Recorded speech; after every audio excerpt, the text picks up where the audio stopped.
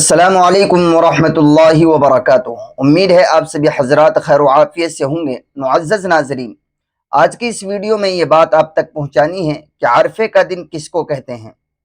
तो देखें, अरफे का दिन बहुत आसान और सिंपल तरीके से आप समझ लें कि जिस दिन बकरा ईद होती है, बकरा ईद से पहले वाला दिन जो होता है वो अरफे का दिन होता है, जिसको अगर हम इस्लामिक तारीख के एतबार से देखें तो वो नवी तारीख होती है और अंग्रेजी तारीख चेंज होती रहती है, बदलती रहती है।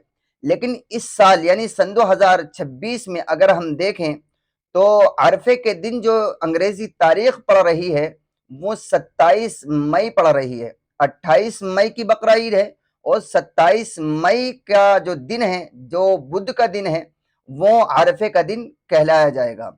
इसलिए मेरी आप हजरात से गुजारिश है कि अरफे के दिन की अहादीस में फजीलत बहुत है। यूं तो जिलहिज्जा यानी जो इस्लामिक महीनों के एतबार से आखिरी महीना है, इस जिलहिज्जा जिस महीने में बकरा ईद होती है, इस महीने के शुरू के 9 दिनों की बहुत फजीलत है।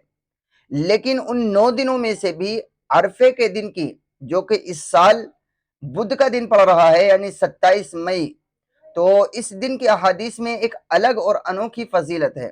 हजरत अबू कतादा रजी अल्लाह ताला अन्हु सहाबी रसूल हैं। ये एक हदीस रिवायत करते हैं जनाब रसूलुल्लाह सल्लल्लाहु अलैहि वसल्लम की, जिसको तिर्मिज़ी शरीफ के अंदर बयान किया गया है।